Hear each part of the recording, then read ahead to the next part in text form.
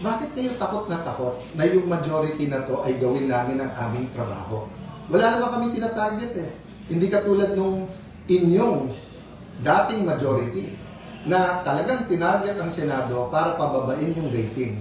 Again po wala dapat pagtakpan. Wala dapat po from the President, the Vice President, Senators, managot ang dapat managot. Again, pray for the majority and abangan. And sana po yung mga witnesses, lakasan nyo po loob nyo rin. No? Sama-sama po. Basta ang kailangan lang, hindi pwede mag-witness yung magsisinungaling. Magsabi lang po parati ng totoo.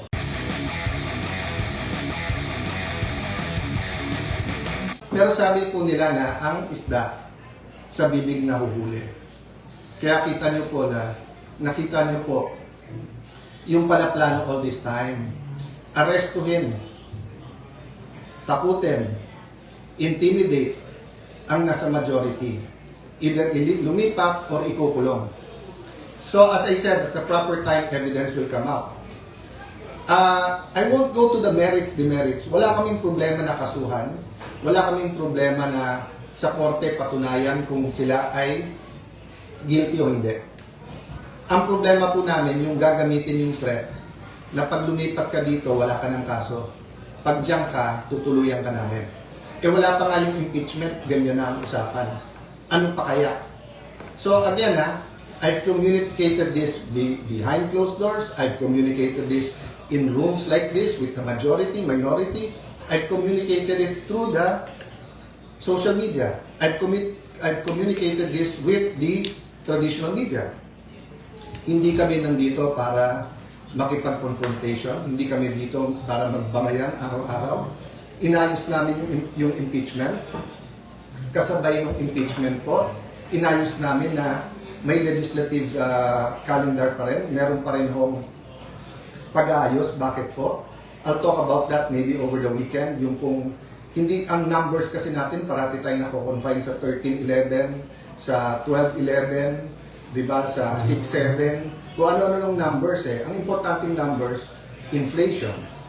Ang importanteng numbers, GNP, GDP. Ang importanteng numbers, productivity ng ating mga magsasaka. Ang importanteng numbers, yung dropout sa eskwelahan. Yung pagtaas ng kaso ng AIDS. Pagtaas ng teenage pregnancy. Ang dami natin kailangang pag-usapan na priorities. So, tatlo ibabalanse po natin. Yung economic crisis, where we have to talk about the quality of life. And when we talk about the quality of life, we have to talk about security. We also have to talk about drugs. When we talk about quality of life, we have to talk about education, health, jobs. Kung sapat yung kita sa taas ng mga presyo at kung may trabaho pa rin ang tao. Yung second, yung impeachment, which will start in early July.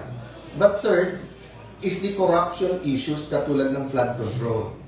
So we finished a caucus over lunch and we agreed, subject to some minor discussion pa among our chairpersons and the paperwork, that a subcommittee will be formed sa flood control and Senator Marcoleta will issue the notices on Monday para ituloy na sa Thursday yung flood control scam hearings. It will be impartial and we want the whole truth and not only some truth or some true, some not true to come out.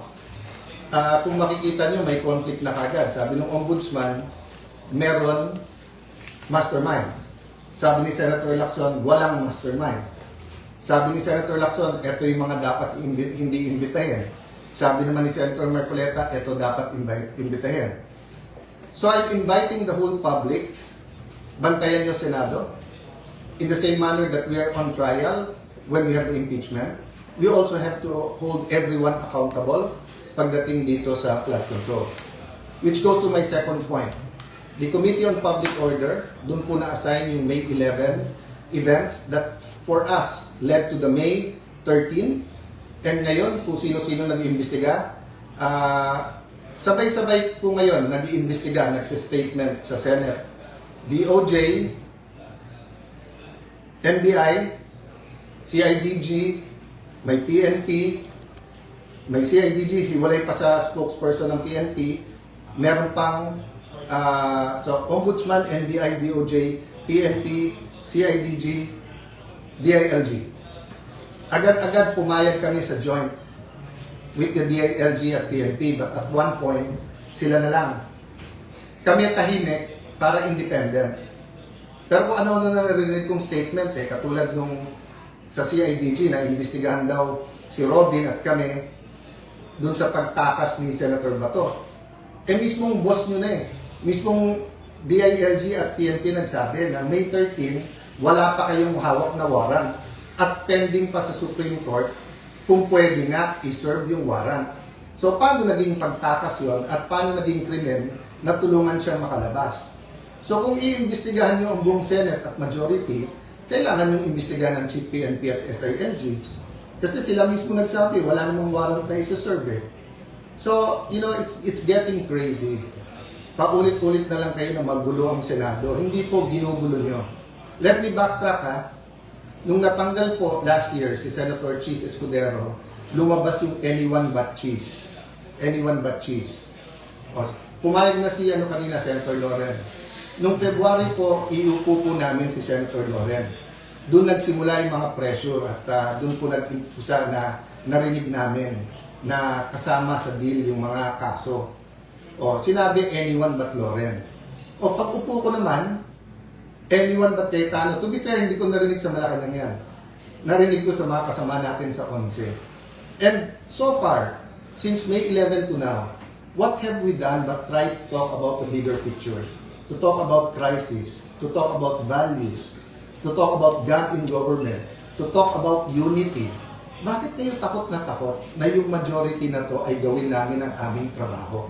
Wala naman kami tinatarget Hindi katulad nung inyong dating majority na talagang tinarget ang Senado para pababain yung rating. Again po wala dapat pagtakpan. Wala dapat po from the President, the Vice President, Senators, managot ang dapat managot. Kaya mag-repent na yung mga dapat mag-repent. Pero sobra po naman ata na lahat na ng sisi binibintang sa ilang tao o ilang partido lang. Bakit po ba? Yung taas ba ng presyo ngayon? Pagtaas ng gasolina, yung kawalan ng trabaho, handling ng mga cases ng OFW, yung flood control, yan po ay sisisihin nyo sa opposition, yan po ay sisisihin nyo sa majority ngayon. So anyway, that's your privilege. Let's have the hearings, then let's people judge. And yun ang advice ko sa 11. Maghanda na rin, mag-attend kayo. So rather than spewing out venom, calling us names, yung basura kasi yung tinatapon nyo, babalik din sa inyo, di ba? So kita nyo, yung mga tinawag nyo na names before is now all over the internet. Rather than debating, the Tuesday night should not have ended that way. There's no need for the walkout. It would have taken us hours, baka nga Monday o Tuesday pa matapos ang debate sa daming gusto magsalita. Ang problema, you refuse to listen to us. So, let me talk about many more things. What are the important numbers? Why we have to think about our democracy? Why good governance is important? I'll talk about that sa weekend. But importante, tonight, matulog kayo na nalalaman, meron kayong gobyerno na hindi sunod-sunuran lang. Meron kayong Senado na lalaban. Meron kayong Senado na hahanapin ang katotohanan. May mga senador sa majority na handang makulong, ilaban lang yung kanilang prinsipyo na independent ang Senate. Tuloy-tuloy po ang intriga, kaya tuloy-tuloy din po ang pagmi-meeting namin. But our country is worth it. So if you ask me what can you do for us, pray for us. Pray that we stick together, that this majority will be given a chance. But pray then, di ba, na walang cover up kahit sino man. Di tayo pwedeng parang fraternity sa college na pag may rumble na, wala na akong pakialam kung sino tama at mali, basta kambihan na lang yung brag natin kasi rumble na. Hindi po. If we love God, if we love our country, if we love the Senate, hindi pwedeng blind ang ating pagsuporta sa kahit anong grupo. So say a prayer, and habang may oras pa, yung gumagamit ng reins of power, for their own purposes, this kind of miscalculation, sabihin nyo, may makukulong, may makakasuhan, we can make your life a living hell. Again and again in history, tignan nyo how it ends, di ba? So dapat po, we work towards having the righteous rule. So does that mean palitan ng palitan? Hindi po. Pray for those who nakaupo. Kahit naman po yung apostles, di ba? Si Apostle Paul was killing Christians. Nagamit ni Lord. So ang dami-dami pong example kung saan ang tao na hindi righteous ay pwedeng maging righteous by simply repenting, asking God for revival, restoration, asking God na malinaw kung ano tama at mali. Let me end on a positive note. We're willing to work with the 11. Sila lang naman nagsasabi na this will not work unless tanggalin nyo si Cayetano. Kung ako lang problema, no problem. Ang problema, pangatlo na ako eh. Anyone but Escudero, anyone but Legarda, ngayon anyone but Cayetano. So sinong susunod? Basta't hindi sunod-sunuran sa inyo at sa agenda nyo, dinideny nila may agenda na palitan ng konstitusyon. But the reality is, in 2023, di ba, muntik na matuloy, it was it 23 and 22, 24, di ba, itutuloy na talaga yung PI eh. Di ba? So hindi mamatay-matay yung mga issue na to because meron po talaga.